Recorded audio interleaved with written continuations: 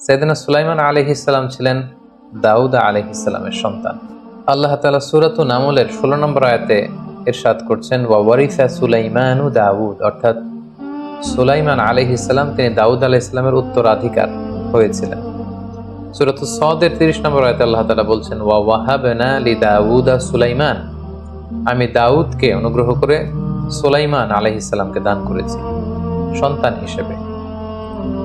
সূরাতুন নামলের 15 নম্বর আয়াতে আল্লাহ তাআলা ইরশাদ করছেন, ওয়ালাকাদ আতাইনা দাউদা ওয়া সুলাইমানা ইলমা, আমি দাউদ এবং সুলাইমান বাপ বেটা উভয়কেই জ্ঞান দান করেছি। সাইয়েদনা সুলাইমান আলাইহিস সালাম তিনি বাল্যকাল থেকেই অর্থাৎ ছোটবেলা থেকে অত্যন্ত বিরল প্রতিভার অধিকারী একজন কিশোর ছিলেন। আল্লাহ তাআলার দেয়া বিশেষ বুদ্ধিমত্তার অধিকারী তিনি ছিলেন, যেটি কোরআনের একটি ঘটনা এবং হাদিসের একটি ঘটনার আলোকে আমরা খুব সহজেই বুঝতে পারি। প্রথম যে ঘটনাটি সেটি আমরা কোরআন থেকে রেফার করব। সূরাতুল আম্বিয়ার ৭৮ নম্বর আয়াতে আল্লাহ তাআলা একটি ঘটনা উল্লেখ করেছেন। আল্লাহ তাআলা বলছেন, ওয়া দাউদ ওয়া সুলাইমানা ইয ইয়াহকুমানি ফিল হারফ, হে নবী স্মরণ করুন সে সময়ের কথা যখন দাউদ আলাইহিস সালাম এবং সুলাইমান আলাইহিস সালাম তারা একটা ফসল ক্ষেতের ব্যাপারে একটা সিদ্ধান্ত দিয়েছিলেন দুজনেই। ইদ নাফাশাত ফিহি গনামুল কওম, আর সেই ফসল ক্ষেতটা এক লোকের ছাগল এসে খেয়ে ফেলেছিল। ওয়া কুন্না লিহুকমিহিম শাহিদিন, আল্লাহ তাআলা বলছেন বাপ বেটা কি ফয়সালা দিয়েছিল আমি সেটা জানি। এই ফয়সালার ক্ষেত্রে ফাফাহামনাহা সুলাইমান, আমি সুলাইমানকে সঠিক বুঝটা দিয়েছি। ফয়সালা বাবাও দিয়েছেন দাউদ আলাইহিস সালাম, ছেলে সুলাইমান আলাইহিস সালাম তিনিও দিয়েছেন, কিন্তু আল্লাহ তাআলা বলছেন সুলাইমানের ফয়সালাটা, সুলাইমানের বিচার কার্যটা ছিল খুব সুন্দর বিচার কার্য। ব্যাপারটা কেমন ছিল? ব্যাপারটা হচ্ছে, এক লোক ছিল ফসল ক্ষেতের মালিক, আরেক লোক ছিল ছাগল পালের মালিক। তো ছাগল পাল যে ওই ব্যক্তির ফসল ক্ষেতের সব ফসল মাড়িয়ে ফসল খেয়ে সে সাবার করে দিয়ে এসেছে। সে এসে দাউদ আলাইহিস সালাম যেহেতু কিং বিচার দিয়েছেন, দাউদ আলাইহিস সালাম ফয়সালা দিয়েছেন, ঠিক আছে ছাগল যেহেতু তোমার ফসল ক্ষেত নষ্ট করেছে তুমি ছাগলের মালিক হয়ে যাবে, ছাগলগুলো নিয়ে যাও। তো বেচারা খুশি হয়ে ছাগল নিয়ে যখন ফিরছিল তখন পথিমধ্যে দাউদ আলাইহিস সালামের সন্তান সুলাইমান আলাইহিস সালামের সাথে দেখা। সুলাইমান আলাইহিস সালাম বললেন কি ঘটনা? তারা খুলে বলল এমন ঘটনা, আব্বা কি ফয়সালা দিয়েছে? এমন ফয়সালা দিয়েছে। তখন সুলাইমান আলাইহিস সালাম বললেন, আসলে আমি যদি ফয়সালা দিতাম তাহলে ভিন্ন ভাবে দিতাম। বাবার কাছে যেয়ে বললেন, বাবা আপনি ফয়সালা দিয়েছেন একরকম, আমি দিতাম অন্যরকম। দাউদ আলাইহিস সালাম বললেন, কি ফয়সালা দিতে তুমি শুনি? সুলাইমান আলাইহিস সালাম বললেন, যেহেতু ছাগল যে ফসল নষ্ট করেছে, ফসলের মালিক ছাগলগুলো নিয়ে যাবে, নিয়ে সে ছাগলগুলোর দুধ দহন করে খাবে, ছাগলের পশম থেকে উপকৃত হবে। আর ছাগল পালের মালিককে কিছুদিনের জন্য ফসল ক্ষেত অর্পণ করা হবে। সে ফসল ক্ষেতে চাষাবাদ করে ফসলকে আবার সুন্দরভাবে, ছাগল সেই ফসল ক্ষেত নষ্ট করার আগে ফসল ক্ষেতের যে অবস্থা ছিল সে ফসল ক্ষেতকে যখন ওইভাবে সাজিয়ে গুছিয়ে পরিচর্যা করে ফসলগুলোকে বড় করে দিতে পারবে, ঠিক তখন ছাগলের মালিক তার ছাগল নিয়ে যাবে আর ফসল ক্ষেতের মালিক তার ফসল ক্ষেত নিয়ে যাবে। সাইয়েদনা দাউদ আলাইহিস সালাম বলেন, চমৎকার তো তোমার বিচারের রায়টি, ঠিক আছে আমি আমার রায়টিকে উইথড্র করলাম, বরং সুলাইমান তুমি যে বিচারের রায় দিয়েছো তোমার বিচারটাই কার্যকর করা হলো। সুবহানাল্লাহি ওয়া বিহামদিহি। এই আয়াতের তাফসিরে কুরতুবীতে এবং ইবনে কাসিরে এই ঘটনাটি উল্লেখ হয়েছে। তাহলে এই ছোট্ট কিশোর সুলাইমান আলাইহিস সালাম তিনি কত চমৎকার ভাবে এই বিচারের রায়টি দিলেন, এতে করে উভয়ই খুশি। ছাগলের মালিক তিনিও খুশি যে তার আর ছাগল হারানো লাগলো না, ফসল ক্ষেতকে ঠিক করে দিলেই হচ্ছে, এবং ফসলের ক্ষেতের মালিক সে খুশি কারণ সে কিছুদিনের জন্য ছাগলের দুধ দহন করা এটার পশম থেকে উপকৃত হতে পারছে। উভয় পক্ষ খুশি হল। আরেকটি ঘটনার উল্লেখ হয়েছে সহিহ বুখারীতে ৬৭৬৯ নম্বর হাদিসে। সেখানে সাইয়েদনা আবু হুরায়রা রাদিয়াল্লাহু তাআলা আনহু তিনি বর্ণনা করেন যে একবার দাউদ আলাইহিস সালামের কাছে দুজন মা আসলেন একটি সন্তানকে নিয়ে। এসে দুজনই দাবি করতে লাগলেন এটা আমার সন্তান। দাউদ আলাইহিস সালাম জিজ্ঞেস করলেন কি হয়েছে? তারা বলল যে আমাদের দুজনেরই সন্তান ছিল, তারও একটা ছেলে সন্তান ছিল, আমারও একটা ছেলে সন্তান ছিল, এবং খুবই ছোট্ট সন্তান, দুগ্ধপোষ্য। হঠাৎ আমরা একসাথে ছিলাম, একটা নেকড়ে এসে আমাদের একজন সন্তানকে এই নেকড়ে বাঘ নিয়ে গিয়েছে। ফলে যেই বাচ্চাটা অবশিষ্ট রয়েছে দুজন মাই দাবি করতে লাগলো এটা আমার সন্তান। একজন মহিলা ছিল বয়সে বড়, আরেকজন ছিল ছোট। বয়স্ক মহিলাটা বলে এটা আমার সন্তান। তোমার সন্তানকে বাঘে খেয়েছে। আর অপেক্ষাকৃত অল্প বয়স্ক নারী সেও দাবি করতে লাগলো, না এটা আমার সন্তান, আমার নিজের সন্তান, নেকড়ে যে সন্তানকে নিয়ে গেছে এটা তোমার সন্তান। এই ঝগড়া সাইয়েদনা দাউদ আলাইহিস সালামের কাছ পর্যন্ত পৌঁছালো।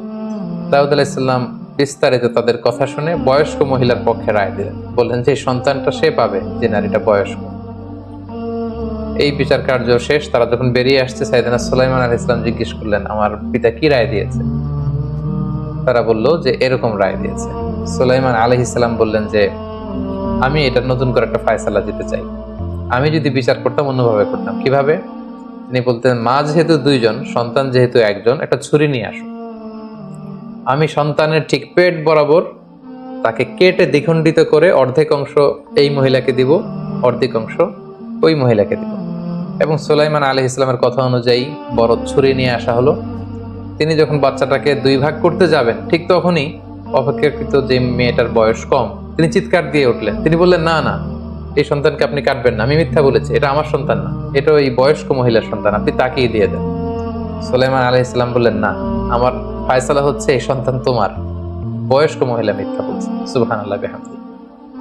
তো দাউদ আলাইহিস সালাম জিজ্ঞেস করলেন, কিভাবে এই ফায়সালা তুমি দিলে? সুলাইমান আলাইহিস সালাম বললেন, কোনো মা তিনি কখনো চাইবেন না যে তার সন্তানকে হত্যা করা হোক, বরং তিনি এটা চাইবেন যে আমার সন্তান প্রয়োজনে অন্যের কাছে বড় হোক, অন্যের কাছে লালিত পালিত হয়ে সে তার জীবনটাকে পাক, তার জীবনটা যেন নষ্ট না হয়।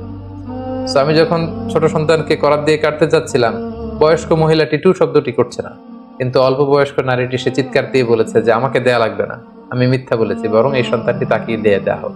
এভাবেই আমি বুঝতে পেরেছি সন্তানটি এই মহিলার নয়, বরং অল্প বয়স্কা মহিলার। সাইয়েদনা দাউদ আলাইহিস সালাম খুশি হলেন এবং এভাবেই রায় দেওয়া হলো। সম্মানিত সুধী, তাহলে দেখুন, কোরআনের একটি ঘটনা এবং সহিহ বুখারীর আরেকটি ঘটনা থেকে আমরা বুঝতে পারি যে ছোটবেলা থেকেই আল্লাহর নবী সুলাইমান আলাইহিস সালাম কতটা বুদ্ধিমত্তার অধিকারী ছিলেন। সাইয়েদনা সুলাইমান আলাইহিস সালামকে আল্লাহ তাআলা বিশেষ কিছু নেয়ামত দান করেছেন, যেগুলো অন্য নবীদেরকে দেওয়া হয়নি। এগুলো ছিল স্পেশাল ব্লেসিংস টু সুলাইমান আলাইহিস সালাম।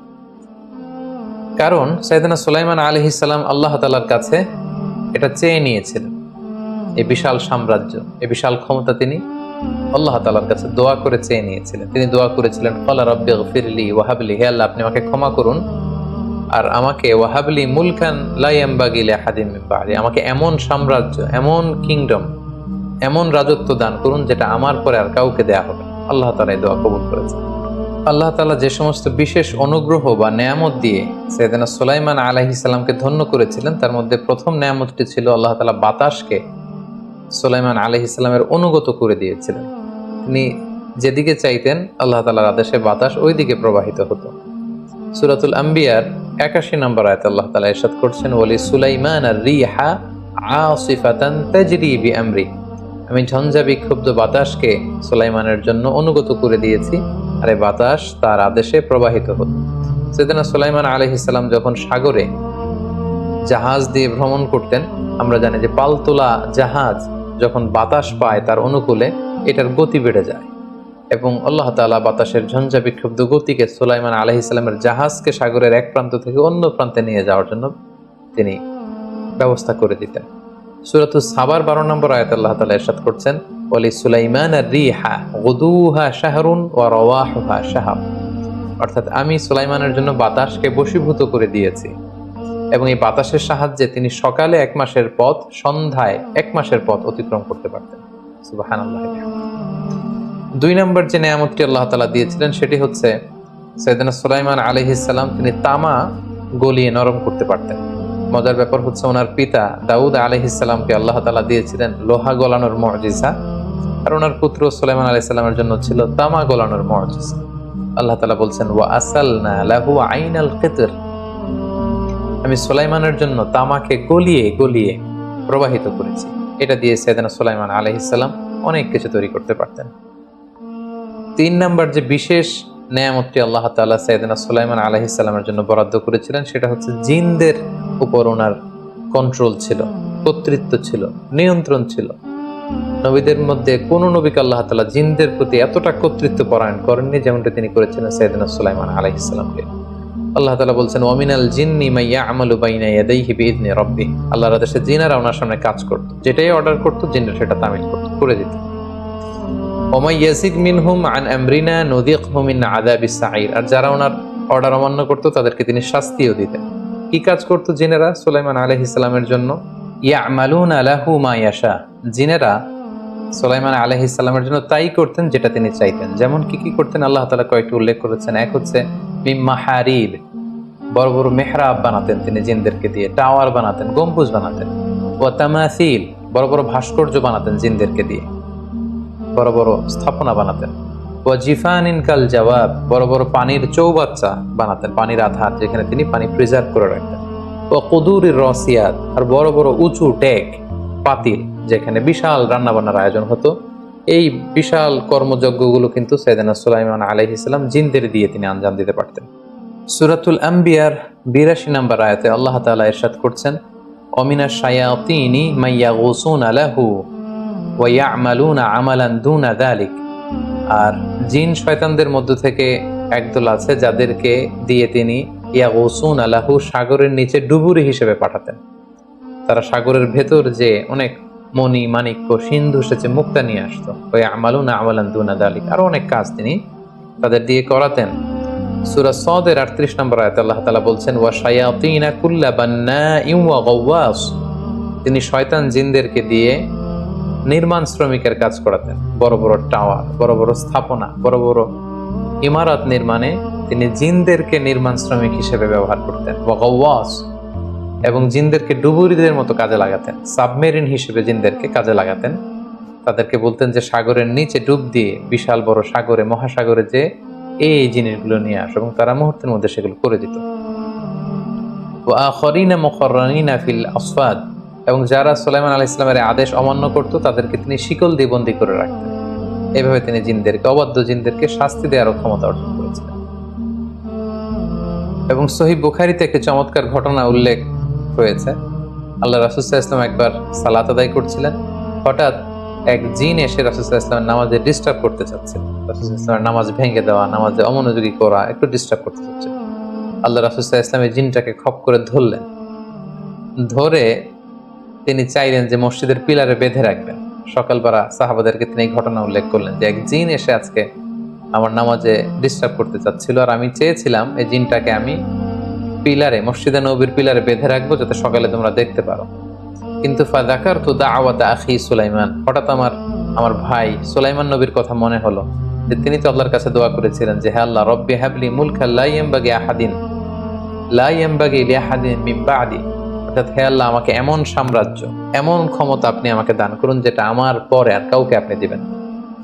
তো রাসূল সাল্লাল্লাহু আলাইহি ওয়াসাল্লাম বললেন, যেহেতু জিনদের উপর খবরদারিত্ব আমার ভাই সুলাইমান আলাইহিস সালাম তিনি চেয়ে নিয়েছিলেন, সো আমি আর ইচ্ছা করেই এই জিনদের উপর কোনো খবরদারিত্ব করতে চাইলাম না। আমি এটাকে অপমান করে এটাকে তাড়িয়ে দিলাম, এটাকে আর মসজিদে নববীর দেয়ালে বেঁধে রাখিনি যাতে তোমরা দেখতে পারো। আল্লাহর নবী সুলাইমান আলাইহিস সালামের প্রতি আল্লাহ তাআলার অনুগ্রহের আরেকটি নিশানা হচ্ছে যে সাইয়েদনা সুলাইমান আলাইহিস সালাম পাখির ভাষা বুঝতে পারতেন, প্রাণীর ভাষা বুঝতে পারতেন। সূরা নামলের ১৬ নম্বর আয়াতে আল্লাহ তাআলা বলছেন, সাল্লাল্লাহু আলাইহি ওয়াসাল্লাম সেখানে বলছিলেন যে উল্লিমনা মানতিকাত তায়র, আল্লাহ তাআলা আমাকে পাখির ভাষা শিক্ষা দিয়েছেন। ওয়া উতিনা মিন কুল্লি শাই, সব বিষয়ে অনুগ্রহ আল্লাহ তাআলা আমাকে দান করেছেন। ইন্না হাযা লাহুয়াল ফাদলুল মুবিন, নিশ্চয়ই এটা আল্লাহ তাআলার পক্ষ থেকে অনেক বড় অনুগ্রহ। শুধু যে পাখির ভাষাই বুঝতেন এমন না, ছোট্ট পিপিলিকা, পিঁপড়া, এটার ভাষাও তিনি বুঝতে পারতেন। সূরাত হুদে আল্লাহ তাআলা ইরশাদ করছেন, যেখানে সুলাইমান আলাইহিস সালামের বিশাল বাহিনী দেখে, ব্যাটালিয়ন দেখে, পিঁপড়ার বাসার ভেতর থেকে পিঁপড়া বের হয়ে কি মন্তব্য করেছিল সেটা দেখে বা শুনে সাইয়েদনা সুলাইমান আলাইহিস সালাম হেসে কি বলেছিলেন এর বিস্তর বর্ণনা সেখানে আছে। সাইয়েদনা সুলাইমান আলাইহিস সালামের একটি বিশেষ পাখি ছিল, এটির কথা আল্লাহ তাআলা কোরআনে উল্লেখ করেছেন যে পাখিটির নাম ছিল হুদহুদ। আমরা অনেকেই এই পাখিটির নাম শুনে থাকি। ছোট্ট আকৃতির এই পাখি, এবং এই পাখিটির একটি বিশেষ বৈশিষ্ট্য ছিল, সুলাইমান আলাইহিস সালাম যখন কোনো ভিজিট করতেন, কোনো এলাকা সফরে যেতেন, পাখিটাও সাথে সাথে যেত। এবং ওই এলাকায় যেহেতু পানির, মিষ্টি পানির, মিঠা পানির সংকট ছিল, এই পাখিটি আকাশের উপরে, অনেক উপর থেকে ভূগর্ভস্থের কোন জায়গায় মিঠা পানি রয়েছে, ভূগর্ভের সে পানির অবস্থান কোথায় আছে, এই তথ্য তিনি সাইয়েদনা সুলাইমান আলাইহিস সালামকে জানিয়ে দিতেন। তো একদিন সুলাইমান আলাইহিস সালাম কোনো একটা ভিজিটে যাচ্ছিলেন, তখন তিনি হুদহুদ পাখিকে খুঁজে পাচ্ছিলেন না। সূরা নামালে এই ব্যাপারে বিস্তারিত আলোচনা হয়েছে। আল্লাহ তাআলা বলছেন ওয়াতাফাক্কাদা আত-তায়রা ফাকালা মা লি লা আরাল হুদহুদ। সুলাইমান আলাইহিস সালাম বললেন, কিরে আমার হুদহুদ পাখিটা কোথায়, ওকে দেখছি না। আজকে কেন সে অনুপস্থিত? যদি আমাকে কনভিন্স করতে না পারে আমি তাকে কঠিন শাস্তি দেব। তখন হুদহুদ পাখি এসে বলল যে আমি সাবা রাজ্য, পাশেই একটা রাজ্য ছিল, অর্থাৎ শাম এবং ইরাকের সাম্রাজ্যের পাশে আরেকটা সাম্রাজ্য ছিল, যে রাজ্যটাকে সাবা রাজ্য বলা হতো। হুদহুদ পাখি এসে বলল ওয়াজিতুকা মিন সাবাইন বিনাবাইন ইয়াকিন, আমি তো বিশাল একটা গ্রেট নিউজ নিয়ে সাবা রাজ্য থেকে এসেছি, যে রাজ্যের রানীর নাম হচ্ছে বিলকিস, এবং এই বিলকিস হচ্ছে সেই সাবা রাজ্যের সম্রাজ্ঞী। এবং তাদেরকে আমি দেখেছি যে এই বিলকিসের বিশাল একটা রাজ সিংহাসন রয়েছে এবং তারা সূর্যের পূজা করে, এক আল্লাহর ইবাদত বাদ দিয়ে সূর্যের পূজা করে। এই তথ্যগুলো সরবরাহ করতে যেই মূলত আমার দেরি হয়েছে, আপনি রাগ করবেন না। তখন সুলাইমান আলাইহিস সালাম কনভিন্সড হলেন এবং তিনি একটি চিঠি লিখে পাঠালেন যে যাও, আমাকে আল্লাহ তাআলা রাজত্বও দিয়েছেন, আমাকে আল্লাহ তাআলা নবুয়তও দিয়েছেন, তিনি জিন জাতিকে বশীভূত রাখার শক্তি আমাকে দিয়েছেন, তিনি পাখির ভাষা বোঝার, প্রাণীর ভাষা বোঝার ক্ষমতা তিনি আমাকে দিয়েছেন, তিনি আমার জন্য তামার নদী বানিয়ে দিয়েছেন, তিনি আমার জন্য অনেক নেয়ামত তিনি দান করেছেন। সো আমার রাজ্যের পাশে এরকম একটা শিরকের রাজ্য থাকবে যেখানে তারা সূর্যের পূজা করবে, এটা তো হতে পারে না। তিনি চিঠি লিখে পাঠালেন যে ইন্নাহু মিন সুলাইমান ওয়া ইন্নাহু বিসমিল্লাহির রহমানির রহিম আল্লাহ তাআলু আলাইয়া ওয়া আতুনি মুসলিমিন। যে যাও, এই চিঠি বিলকিসের, সাবা রাজ্যের যে রানী বিলকিসের কাছে পৌঁছে দাও। বিলকিস সেই চিঠি পাওয়ার পরে কি কি ঘটনা ঘটেছে সূরাতুন নামলে আল্লাহ তাআলা বিস্তারিত বলেছেন। এখানে সংক্ষিপ্ত কথা হচ্ছে, চিঠি পাওয়ার পরে বিলকিস তিনি সভাসদ বর্গ যারা আছে, ওনার ওয়াজির, ওনার যে মন্ত্রী পরিষদ, তাদের সবাইকে নিয়ে বসলেন। বিলকিস পরামর্শ করলেন এবং এই সিদ্ধান্তে উপনীত হলেন যে না, এই চিঠির যে ভাষা, এই চিঠির যে প্রাঞ্জলতা, এটার যে প্রিসাইজনেস, এটা থেকে বোঝা যায় he could be the Messenger of god, তিনি আল্লাহ নবী না হয়ে পারেন না। এবং ওনাকে এতটা কনফিডেন্ট মনে হচ্ছে, শক্তিশালী মনে হচ্ছে, খোঁজখবর নিয়ে তারা জানতে পারলেন যে ওনার বিরুদ্ধে লড়াই করে আমরা আসলে খুব বেশি কিছু করতে পারবো না, বরং আমরা অপমানিত হব, আমরা পরাজিত হব। সো বেটার হচ্ছে অনুগত হয়ে সাবমিসিভনেসের সাথে মুসলিম হয়ে ওনার কাছে উপস্থিত হওয়া। এবং আল্লাহ তাআলার মেহেরবানিতে বিলকিস সহ পুরো সভাসদ বর্গ তারা সুলাইমান আলাইহিস সালামের কাছে আত্মসমর্পণ করে, আনুগত্য প্রকাশ করে এবং কালিমা পড়ে তারা মুসলমান হয়ে যায়। সাইয়েদনা সুলাইমান আলাইহিস সালাম ওনার মৃত্যুর ঘটনা এবং বাইতুল মুকাদ্দাস নির্মাণের ঘটনাটা একেবারে ওতপ্রোতভাবে জড়িত ব্যাপারও সূরা সাবায় আল্লাহ তাআলা উল্লেখ করেছেন। এবং জেনে রাখা ভালো যে সাইয়েদনা সুলাইমান আলাইহিস সালাম উনি কিন্তু বাইতুল মুকাদ্দাসকে পুনর্নির্মাণ করেছেন। আমরা, আপনাদের মনে থাকবে আমাদের সাইয়েদনা ইয়াকুব আলাইহিস সালামের পর্বে, বিশেষ করে ইসহাক আলাইহিস সালামের পর্বে আমরা কিন্তু এগুলো উল্লেখ করেছি যে ওনারা কিভাবে বাইতুল মুকাদ্দাস নির্মাণ করেছিলেন। এবং সবশেষে সুলাইমান আলাইহিস সালাম নবীদের মধ্যে থেকে কিন্তু এই বাইতুল মুকাদ্দাসকে পুনর্নির্মাণ করার, রিবিল্ড করার কিন্তু এই সুযোগ তিনি লাভ করেছিলেন এবং সেখানে আল্লাহ নবী সুলাইমান আলাইহিস সালাম ইন্তেকাল করেছিলেন। এ ব্যাপারে আল্লাহ তাআলা সূরা সাবাতে ইরশাদ করছেন, ফালাম্মা কাদাইনা আলাইহিল মাউতা মা দাল্লাহুম আলা মাউতিহি ইল্লা দাব্বাতুল আরদি তাকুলু মিন সাআতিহি। ঘটনাটা ছিল এমন, তিনি যখন বাইতুল মুকাদ্দাস নির্মাণ করার প্ল্যান করলেন, তিনি জিনদেরকে অর্ডার করলেন যে হে জিন জাতিরা, তোমরা বাইতুল মুকাদ্দাসকে এই ডিজাইনে, এই প্ল্যান অনুযায়ী নির্মাণ করতে শুরু করো। কিন্তু অবাক করা কাণ্ড হচ্ছে, ঠিক সে মুহূর্তেই মালাকুল মাউত এসে হাজির, ওনার মৃত্যু হবে। তখন তিনি মুহূর্তেই আদেশ করলেন যে গ্লাস ফিটিং করা, কাঁচ দিয়ে নির্মিত একটা ছোট্ট ঘর বানাও। ঘর বানানো হলো। তিনি গ্লাস ফিটিং করা সেই ঘরের ভেতরে ঢুকলেন এবং একটি লাঠিতে ভর করে দাঁড়িয়ে রইলেন এবং মালাকুল মাউতকে বললেন যে জি, এখন আপনি আমার রূহ কবজ করতে পারেন। তো মালাকুল মাউত সুলাইমান আলাইহিস সালামের রূহ কবজ করে নিলেন। সুলাইমান আলাইহিস সালাম ইন্তেকাল করলেন, ওনার রূহ দেহ থেকে বের হয়ে গেল, কিন্তু তিনি লাঠির উপর এমন ভাবে ভর করে দাঁড়িয়েছিলেন, দূর থেকে জিনেরা মনে করলো যে তিনি দাঁড়িয়ে দাঁড়িয়ে তাদের কাজ অবলোকন করছেন। যেহেতু কাঁচ দিয়ে, স্বচ্ছ স্ফটিক কাঁচ দিয়ে গ্লাস ফিটিং করা একটা ঘরের ভেতরে তিনি ছিলেন, দূর থেকে জিনেরা মনে করছিল যে সুলাইমান আলাইহিস সালাম দাঁড়িয়ে দাঁড়িয়ে তাদের কাজকে পর্যবেক্ষণ করছেন, পরিদর্শন করছেন। এইভাবে তারা ভুল বুঝে কাজ করতে করতে বাইতুল মুকাদ্দাস নির্মাণ যখন প্রায় শেষের দিকে, ঠিক সে সময়ে সাইয়েদনা সুলাইমান আলাইহিস সালাম যে লাঠির উপর ভর করে দাঁড়িয়েছিল, উই পোকা এসে সে লাঠিটা খেয়ে ফেললো। ঘুণে ধরে লাঠিটা যখন ভেঙে গেল, উনি মাটিতে লুটিয়ে পড়লেন। আল্লাহ তাআলা বলছেন ফালাম্মা খররা, যখন তিনি ওনার মৃতদেহটা লাশটা মাটিতে লুটিয়ে পড়লো, তাবাইয়ানাতিল জিন, জিনদের কাছে এটা স্পষ্ট হলো যে আল্লাহ কানু ইয়ালামুনাল গায়বা মা লাবিসু ফিল আযাবিল মুহিন, অর্থাৎ আমরা যদি আগে জানতাম তাহলে তো কষ্ট করা লাগতো না। জিনেরা ভাবলো যে উনি তো তাহলে অনেক আগেই মারা গিয়েছে, আমাদের সাথে তিনি কৌশল করেছেন, এটা যদি আগে জানতাম তাহলে তো কষ্ট করে এই মসজিদ নির্মাণের কাজে আমাদেরকে আর কাজ করা লাগতো না। তো ঠিক এভাবেই সাইয়েদনা সুলাইমান আলাইহিস সালামের মৃত্যুর এই বিস্ময়কর ঘটনাটি ঘটে এবং এর মধ্য দিয়ে তিনি বাইতুল মুকাদ্দাসকে পুনর্নির্মাণ করার সুযোগটিও পেয়ে যান।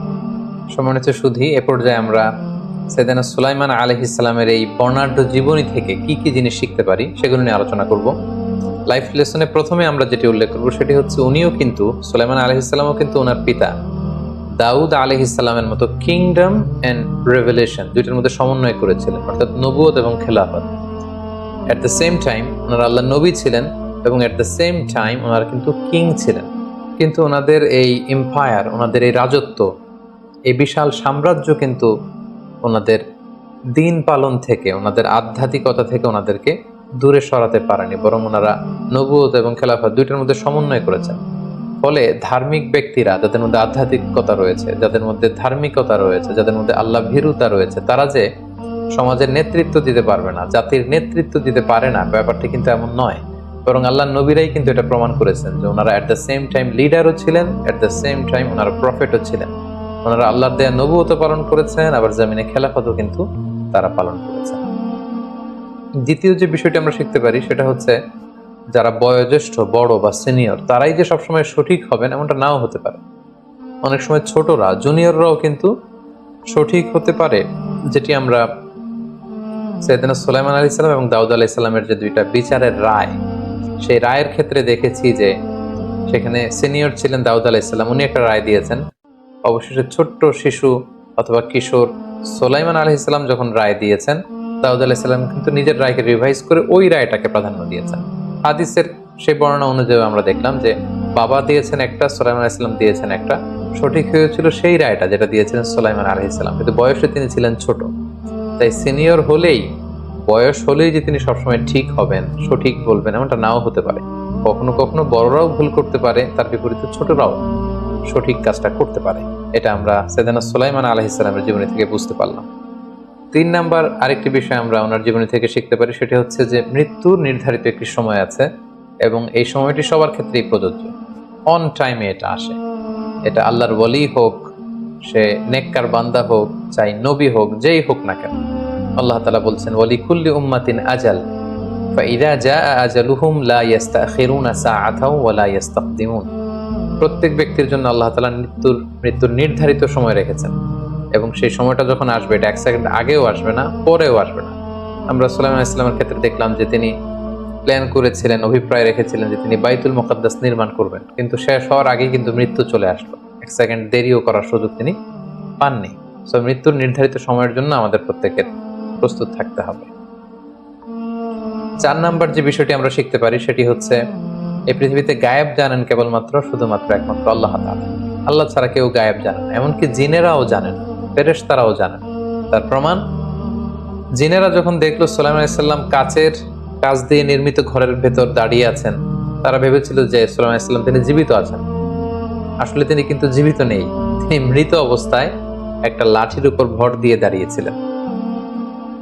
এবং যখন সেই উই পোকা লাঠিটাকে খেয়ে ফেললো, লাঠি ভেঙে পড়লো, তিনি লুটিয়ে পড়লেন, ঠিক তখন জিনেরা বুঝতে পারলো যে আসলে তিনি তো আমাদের সাথে কৌশল করেছেন, আগে থেকে জানলে তো এত কষ্ট আমাদের পোহাতে লাগতো না। এই ঘটনা এবং কোরআনের এই আয়াত প্রমাণ করে যে জিনেরাও অদৃশ্যের ব্যাপারে কিছু জানে না, গায়েবের ব্যাপারে কিছু জানে না। গায়েবের খবর শুধুমাত্র কেবলমাত্র একমাত্র রাখেন আল্লাহ তাআলা। আল্লাহ তাআলা খুব সুস্পষ্ট ভাবে ঘোষণা করছেন কুল লা ইয়ালামু মান ফিস সামাওয়াতি ওয়াল আরদিল গায়বা ইল্লাল্লাহ। এই পৃথিবীতে আকাশে জমিনে যে যেখানেই থাক না, কেউ গায়েব জানে না, একজন ছাড়া, তিনি হচ্ছেন আল্লাহ। আল্লাহ ছাড়া কারো পক্ষে গায়েব জানা সম্ভব না। এই ব্যাপারটি আমরা জানতে পারলাম। এরপর 5 নম্বরে যে ব্যাপারটি আমরা শিখতে পারি সেটা হচ্ছে যিনি আদর্শ নেতা হবেন তার একটা বৈশিষ্ট্য হচ্ছে তার যে সাবঅর্ডিনেট আছে তাদের খোঁজ খবর নেওয়া। তার টিম মেম্বার যারা আছে তাদের খোঁজ খবর নেয়, তার আওতায় যারা কাজ করে তাদের খোঁজ খবর রাখা, যেটা কিন্তু আমরা সুলাইমান আলাইহিস সালামের জীবনী থেকে পাই যে ওনার একটা স্পেশাল পাখি ছিল, হুদহুদ পাখি, যে মরুভূমিতে পানির সন্ধান দিত, কোথায় মিঠা পানি আছে সন্ধান সে দিতে পারত। তো একদিন যখন তিনি হুদহুদকে দেখছেন না, তিনি কিন্তু হুদহুদের কথা ভুলে যান, তিনি খোঁজ নিচ্ছেন যে আমার হুদহুদ কোথায়, কোথায় গেল, সে উপস্থিত নেই কেন, তার আসতে দেরি হচ্ছে কেন। এই যে যারা সাবঅর্ডিনেট, যারা আপনার অধীনস্থ আছে, তাদের খোঁজ খবর নেয়া, তারা আসলো কিনা, তারা অন টাইমে কাজ করলো কিনা, তাদের সুবিধা অসুবিধা দেখা, এগুলো কিন্তু একজন আদর্শ নেতার বৈশিষ্ট্য, যেটা আমরা সাইয়েদনা সুলাইমান আলাইহিস সালামের এই ঘটনা থেকে কিন্তু শিখতে পারি। 6 নাম্বার যেটা আমরা শিখতে পারি সেটা হচ্ছে কনসালটেশন। এটা সবসময় কল্যাণ বয়ে নিয়ে আসে, অর্থাৎ পরামর্শ ভিত্তিক কাজ করা। যে পরামর্শ করে সে কখনো বিপদগামী হয় না, যেটা আমরা বিলকিসের স্টোরি থেকে দেখতে পাই। সুলাইমান আলাইহিস সালাম যখন ওনাকে চিঠি লিখে পাঠালেন যে আমার আনুগত্য করো, মুসলিম হয়ে ফিরে আসো, তিনি চাইলেই কিন্তু এই চিঠির বিপরীতে পাল্টা চিঠি লিখতে পারতেন, ঔদ্ধত্য প্রদর্শন করতে পারতেন, তিনি সেটা করেন। তিনি সভাসদ বর্গের সাথে, ওনার লোকদের সাথে তিনি পরামর্শ করেছেন, এবং পরামর্শের ফলে বিচক্ষণ লোকেরা এই পরামর্শটাই দিয়েছে, এটাই বেরিয়ে এসেছে যে ওনার বিরুদ্ধে আসলে লড়াই করে জয়লাভ করা এটা একেবারে অসম্ভব, বরং ওনার কাছে আত্মসমর্পণ করে ওনার সাথে মিউচুয়ালি চলে যাওয়াটাই হচ্ছে আমাদের জন্য ভালো সিদ্ধান্ত, এবং তিনি সেটা নিয়েছেন। এবং এই সুন্দর সিদ্ধান্তে তিনি পৌঁছতে পেরেছেন কিন্তু শুধুমাত্র কনসালটেশনের কারণে, শুরার কারণে। এবং ইসলামও কিন্তু আমাদেরকে শুরা ভিত্তিক কার্যক্রমের ব্যাপারে উৎসাহ প্রদান করে। আল্লাহ তাআলা সূরাতুশ শুরাতে ইরশাদ করছেন, ওয়া আমরুহুম শুরা বাইনাহুম। বিশ্বাসীদের বৈশিষ্ট্য হচ্ছে তারা কোনো ডিসিশন মেকিং প্রসেসে তারা একে অপরের সাথে পরামর্শ করে, কারণ যেখানেই পরামর্শ হবে সেখানে আল্লাহ তাআলা বরকত নাযিল করেন। এই ব্যাপারটি আমরা জানতে পারলাম। 7 নাম্বার যে ব্যাপারটি আমরা শিখতে পারি সেটা হচ্ছে যিনি ট্রু লিডার তার একটা বৈশিষ্ট্য হচ্ছে সবসময় তিনি কনফ্লিক্টকে এড়িয়ে চলতে চাইবেন, তিনি সংঘর্ষে জড়াতে চাইবেন না, তিনি দ্বন্দ্বে জড়াতে চাইবেন না, তিনি সহজে যুদ্ধ বাজাতে চাইবেন না, বরং তিনি সবসময় একটা পিসফুল হারমোনিয়াস একটা সলিউশন তিনি কিন্তু খুঁজবেন। এবং যেটা কিন্তু আমরা সুলাইমান আলাইহিস সালামের সাথে বিলকিসের যে ঘটনা, সেখানে বিলকিসের এই বুদ্ধিমত্তা কিন্তু আমরা দেখি, তিনি যুদ্ধে জড়াতে চাননি, তিনি যুদ্ধ এড়িয়ে তিনি সন্ধি চুক্তি করতে সচেষ্ট হয়েছেন। এই ব্যাপারটি কিন্তু আমরা এখান থেকে শিখতে পারি। সবশেষে 8 নম্বরে আমরা যেটা শিখতে পারি সেটা হচ্ছে কারো এফোর্টকে ছোট করে দেখা ঠিক না। এটা যেই হোক, যে কারো এফোর্ট, সে যদি সিনসিয়ারলি কাজ করে তার এই এফোর্টের দ্বারা অনেক কিছু হতে পারে। যেমন হুদহুদ পাখির এই ছোট্ট এফোর্টের কারণে একটা বিশাল জনগোষ্ঠীর হেদায়েতের উপলক্ষ কিন্তু এই হুদহুদ পাখিটা হয়েছিল। সেই হুদহুদ পাখি সাবা রাজ্য ঘুরে এসে যখন রিপোর্টিং করলো সুলাইমান আলাইহিস সালামের কাছে, সেদিন সুলাইমান আলাইহিস সালাম সেটার লোকে তিনি চিঠি লিখে পাঠালেন। এবং এ কারণেই কিন্তু পুরো মালিক সাবা, মালিকাতু সাবা, সাবা রাজ্যের রানী বিলকিস সহ পুরো রাজ্যের জনগণ তারা সুলাইমান আলাইহিস সালামের কাছে আত্মসমর্পণ করে তারা সবাই একসাথে কালিমা পড়ে কিন্তু মুসলমান হয়ে গিয়েছিল। এবং এই বিশাল কাণ্ডটি ঘটেছিল, ঘটনাটি সম্ভব হয়েছিল শুধুমাত্র কেবলমাত্র হুদহুদ পাখির সেই ছোট্ট কাজটির কারণে, সেই সিনসিয়ারিটির কারণে, সেই রিপোর্টিং এর কারণে। তাই কোনো কিছুকেই কিন্তু আসলে ছোট করে খাটো করে দেখা ঠিক না। এক ছোট্ট হুদহুদ পাখি একটা বিশাল জনগোষ্ঠীর হেদায়েতের কারণ হয়েছিল। তাই আমরা এই ছোট্ট ছোট্ট ভালো কাজগুলোকে যেন আমাদের জীবনে গুরুত্ব দিতে শিখি। আল্লাহ তাআলা আমাদের সবাইকে কথাগুলো বোঝার ও আমল করবার তৌফিক দান করুক। হাদা মা ইনদি ওয়াল ইলমু ইনদাল্লাহ আলাইহি তাওয়াক্কালতু ওয়া ইলাইহি উনীব। ওয়াসসালামু আলাইকুম ওয়া রাহমাতুল্লাহি ওয়া বারাকাতুহু।